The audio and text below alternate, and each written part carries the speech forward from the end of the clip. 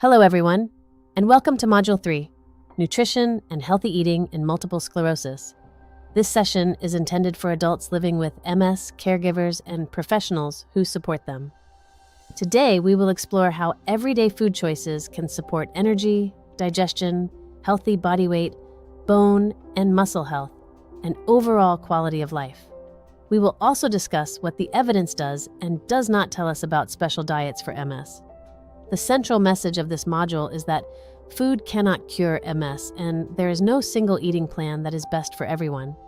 However, balanced and sustainable nutrition can still play an important role in general health and symptom self-management.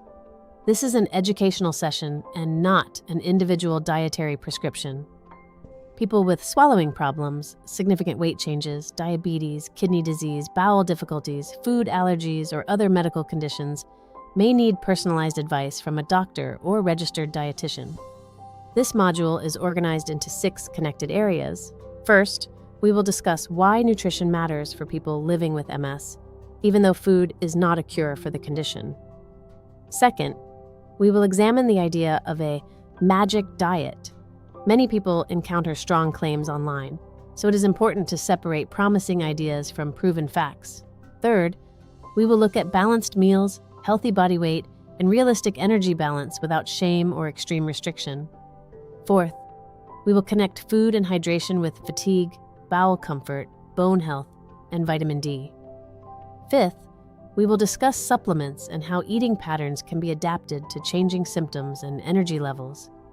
Finally, we will practice simple meal planning and self-monitoring tools that can be used in everyday life. Nutrition is one part of living well with MS. It cannot replace medical treatment, and no food pattern has been proven to stop MS on its own. Still, eating habits can influence many areas that matter in daily life, including energy, digestion, body weight, cardiovascular health, muscle and bone health, and general well-being. The key phrase on the slide is, "A balanced, sustainable, and individualized way of eating is more helpful than chasing perfect rules." A plan can look excellent on paper, but be unsuitable if it is too expensive, too complicated, culturally unfamiliar, or impossible to maintain during periods of fatigue. Healthy eating should therefore fit the person's real life. It should consider symptoms, cooking ability, appetite, budget, preferences, family routines, access to food, and other health conditions. Our aim is not perfection. Our aim is to make food choices that support health more often and to develop routines that remain possible on both easier and more difficult days. Nutrition matters because the body needs sufficient energy, protein, vitamins, minerals, fiber, healthy fats, and fluids to function well. These needs remain important whether or not a person has MS. A nutritious eating pattern may support energy management, digestive comfort, a healthy body weight, metabolic and cardiovascular health, and bone and muscle health.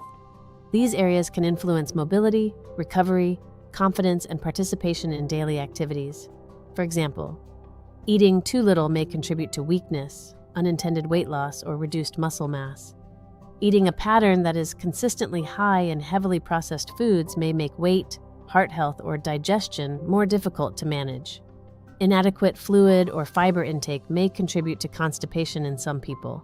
Research suggests that diet quality may be associated with fatigue, quality of life, disability, and general health, but the evidence is not strong enough to identify one universal diet for everyone with MS. This means nutrition is important, but claims should remain realistic. We can support overall health without promising that a particular food will control the disease. People living with MS are often exposed to diets that promise dramatic improvements or even a cure. These messages can be persuasive, especially when they include personal testimonials. However, a personal story is not the same as reliable evidence. At present, no single MS-specific diet has been proven to cure MS or to work best for every person. Some eating patterns are being studied and may show benefits for fatigue or quality of life, but results are mixed, and the research is still developing.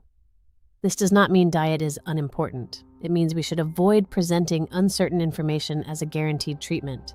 Extreme restrictions may create nutritional deficiencies, social stress, unnecessary expense, or conflict with medical care. They can also make eating so difficult that the person cannot sustain the plan. A safer approach is to focus on balanced and realistic eating, ask what evidence supports a claim, and discuss major dietary changes with qualified professionals. Evidence should be stronger than advertising, celebrity claims, or dramatic promises. A balanced eating pattern usually includes vegetables and fruit, protein sources, whole grains or other fiber-rich carbohydrates, healthy fats, and sufficient fluids. The plate model is a flexible visual guide rather than a strict rule. A large part of the plate can include vegetables and fruit, with the remaining space shared between protein and whole grains or other fiber-rich foods. The exact balance can change according to appetite, health needs, culture, and the meal itself. Protein sources may include fish, eggs, poultry, yogurt, cheese, beans, lentils, chickpeas, tofu, or other suitable choices. Fiber-rich carbohydrates may include oats, brown rice, bulgur, whole grain bread, potatoes with skin, or legumes.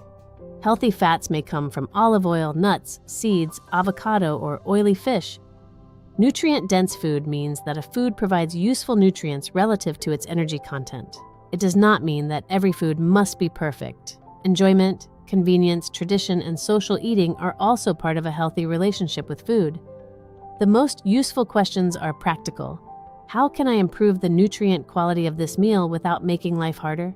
How can I prepare food on a fatigue-heavy day?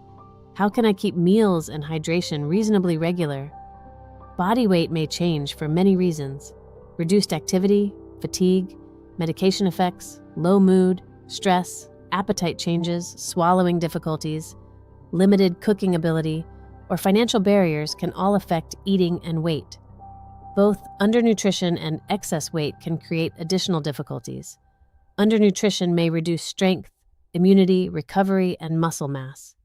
Excess weight may make mobility, transfers, cardiovascular health, and fatigue management more challenging for some people. Healthy weight management should never be based on shame. A number on the scale does not describe a person's worth or effort. The goal is to support function, comfort, health, wealth, and sustainability. Harsh restriction often leads to hunger, fatigue, guilt, and a cycle of stopping and restarting. More supportive routines include balanced meals, regular eating, suitable portions, enjoyable activity when possible, and small changes that can be maintained. Unexpected or significant weight loss or gain should be discussed with a healthcare professional because it may reflect changes in health, medication, appetite, swallowing, or activity. Fatigue is one of the most common and disruptive symptoms of MS. Food does not remove MS-related fatigue by itself, but regular meals, sufficient hydration, and avoiding very long gaps without food may help some people maintain steadier energy. Smaller regular meals may feel easier than very large meals, especially when appetite is low or preparation is tiring. The ideal pattern differs from person to person, so the aim is to observe what supports stable energy and comfort. Planning is especially useful. A person may prepare or cook during a higher energy period and save portions for later. On difficult days, simple options such as yogurt with fruit, eggs with whole grain bread, soup with legumes, a prepared salad with protein, or a balanced frozen meal may be more realistic than cooking from the beginning.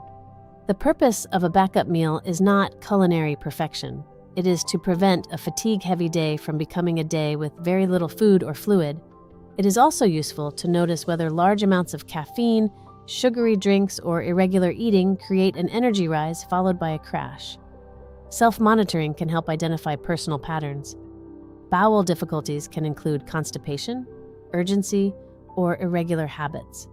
These symptoms may be influenced by fluid intake, fiber, daily movement, routine, medications, pelvic floor function, and reduced mobility. Fiber-rich foods include vegetables, fruit, whole grains, legumes, nuts, and seeds. However, increasing fiber without enough fluid may make constipation worse for some people. Changes should therefore be gradual and adapted to individual tolerance. Regular fluid intake across the day may be easier than trying to drink a large amount at once. Some people reduce drinking because reaching the toilet is difficult or because of bladder symptoms.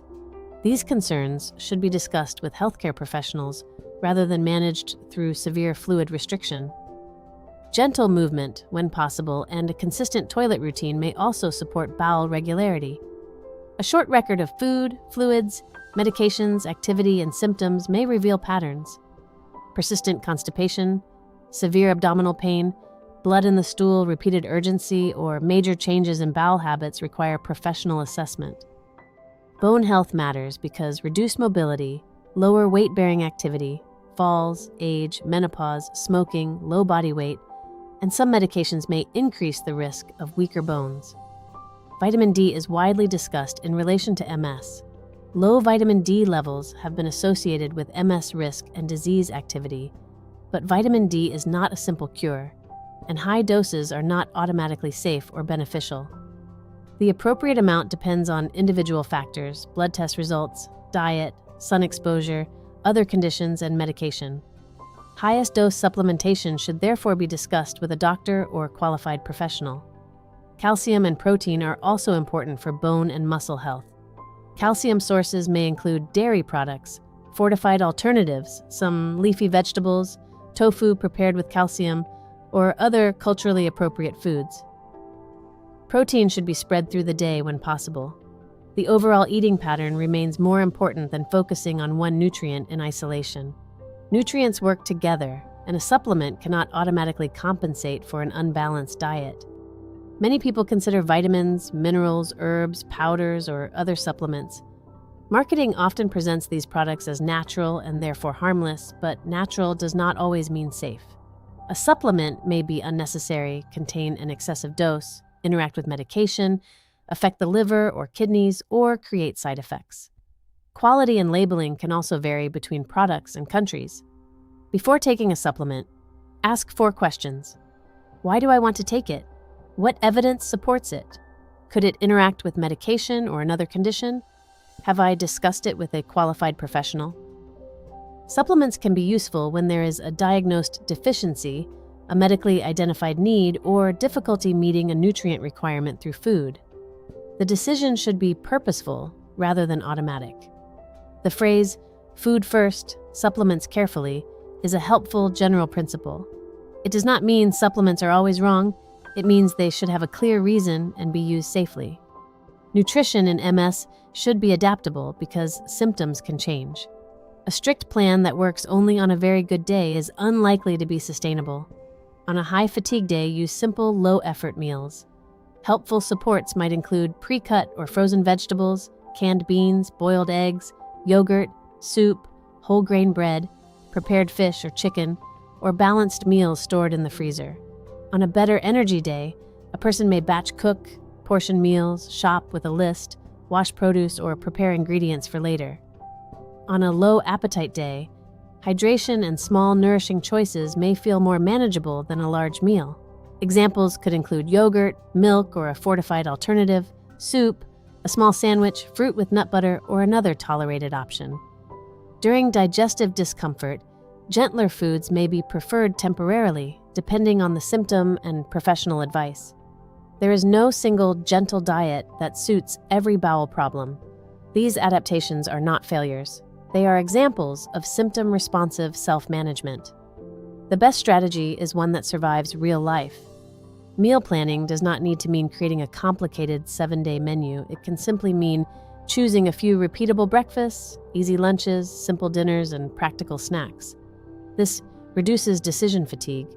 When a person is tired, deciding what to eat may feel as difficult as preparing the food itself.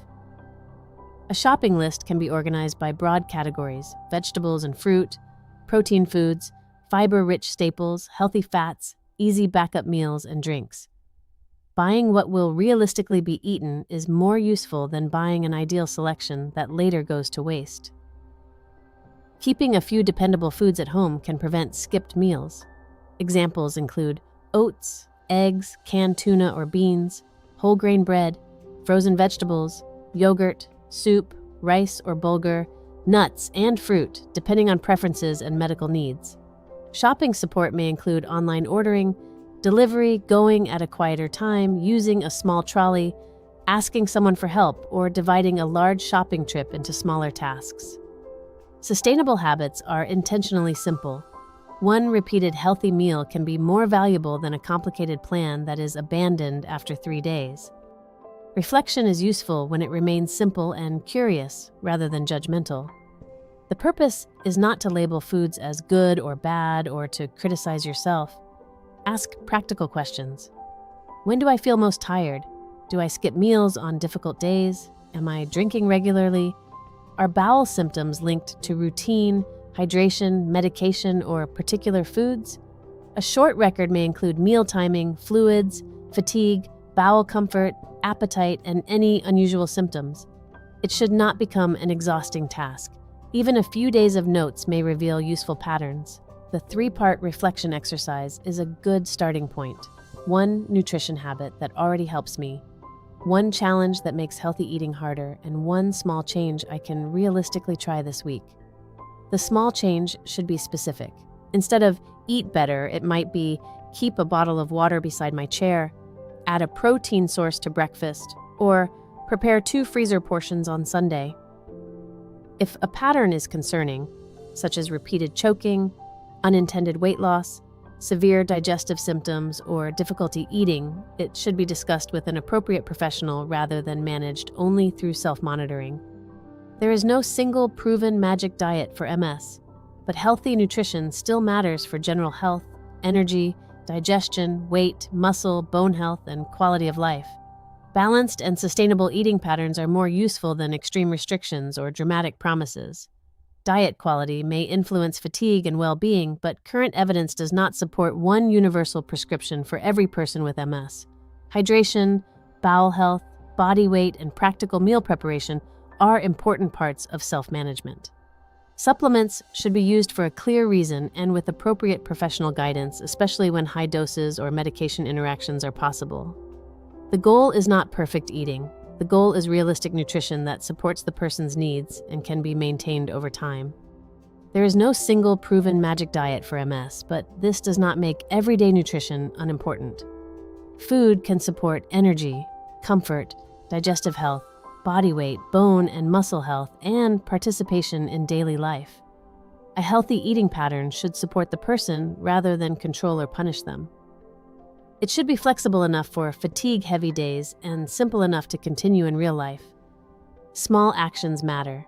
Drinking more regularly, keeping 1 easy meal available, adding protein to breakfast, including more vegetables, discussing a supplement with a doctor, or asking for help with shopping and cooking. I invite you to choose 1 realistic change for the coming week. It should be small enough to feel possible and useful enough to make a difference. Thank you for your attention and participation. Please remember, the goal is not perfect eating. The goal is a supportive and sustainable way of eating that improves health and quality of life.